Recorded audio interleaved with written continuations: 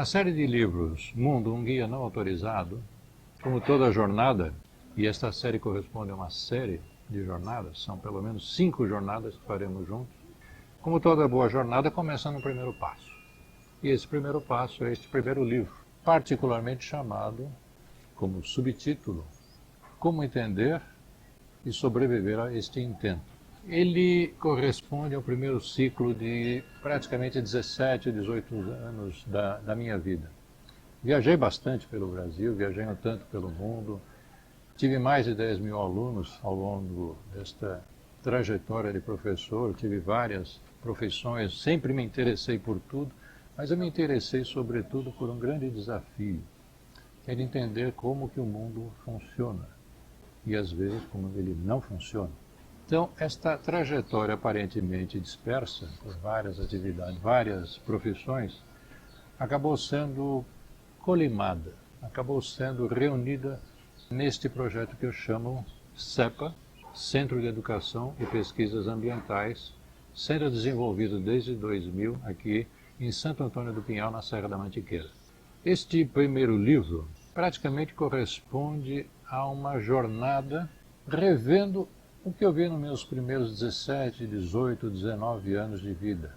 Como todo jovem, bastante entusiasmado, bastante entusiasta, bastante idealista. E ele apresenta esta visão desse primeiro ciclo a respeito de vários aspectos do mundo.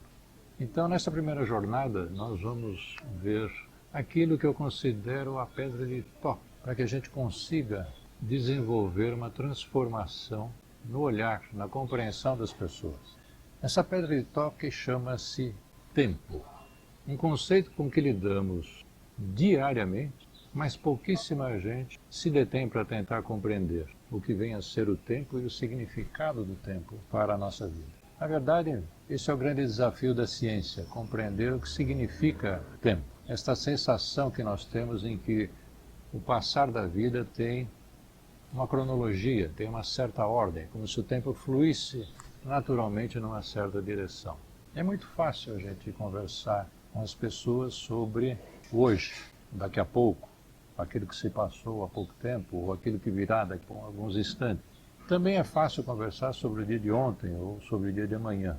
Mas à medida em que vamos nos afastando nas referências temporais, essa percepção vai começando a ficar mais embaçada. Falar do mês que vem ou falar do mês passado já começa a ficar um pouco mais cinzento, um pouco mais embaçado. Falar em tempos maiores, então, lembranças de um ano atrás, ou de uma década atrás, ou previsões para daqui a um ano, ou daqui a 10 anos, começam a ficar muito diluídas para a nossa percepção do cotidiano. Eu falo que o tempo é a pedra de toque, porque eu vejo que modificar a compreensão das pessoas e, portanto, atingir aquele objetivo original da educação ambiental, fazer com que as pessoas interajam entre si e com o meio de maneira saudável, a que a vida se sustente ao longo do tempo e não se degrade, não se deteriore rapidamente, que é o que tem acontecido. Esta luta nos leva à percepção de que o tempo é a pedra de toque. Porque todos os acontecimentos na vida, tanto os pessoais como os sociais, os coletivos, eu entendo como processos, começo, meio, fim, mas fim que também é um começo de um outro processo. Então, esta sucessão de processos, para as pessoas do cotidiano, parecem simplesmente acontecimentos desconectados. Nada tem um a ver com o outro, é apenas uma sucessão de fatos. É uma percepção muito singela, muito simplista, e faz com que a gente fique levando a vida na base da tentativa e erro. A gente precisa de uma compreensão um pouco mais profunda, um pouco mais abrangente, precisa desenvolver o que é chamado em ciência de pensamento complexo, para compreender os processos. Para compreender processos, o processo da sua vida, ou os processos que compõem a sua vida, individualmente ou coletivamente, é fundamental perceber o tempo. Porque ao perceber o tempo, você começa a ter a noção de processo.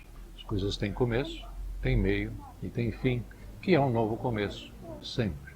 Nesse sentido, esse primeiro livro joga um primeiro olhar abrangente sobre o que é o tempo, o desenvolvimento desde o nascimento, a percepção se desenvolvendo desde o nascimento, atravessando as várias fases da vida, e também a interação deste novo ser com o meio que o cerca. Então, depois de tempo, nós vamos ver ambiente, espaço, educação, educação ambiental, desenvolvimento, cidadania, democracia, utopia. São esses os temas principais que perpassam esse primeiro livro, que conclui a primeira jornada de 17, 18 anos na vida de uma pessoa. Jornadas seguintes se basearão nesta primeira. E assim nós teremos o segundo, o terceiro, até o sétimo livro, onde espero completar a visão desta série que eu chamo Mundo, um guia não autorizado. E eu convido vocês a dar esse primeiro passo comigo.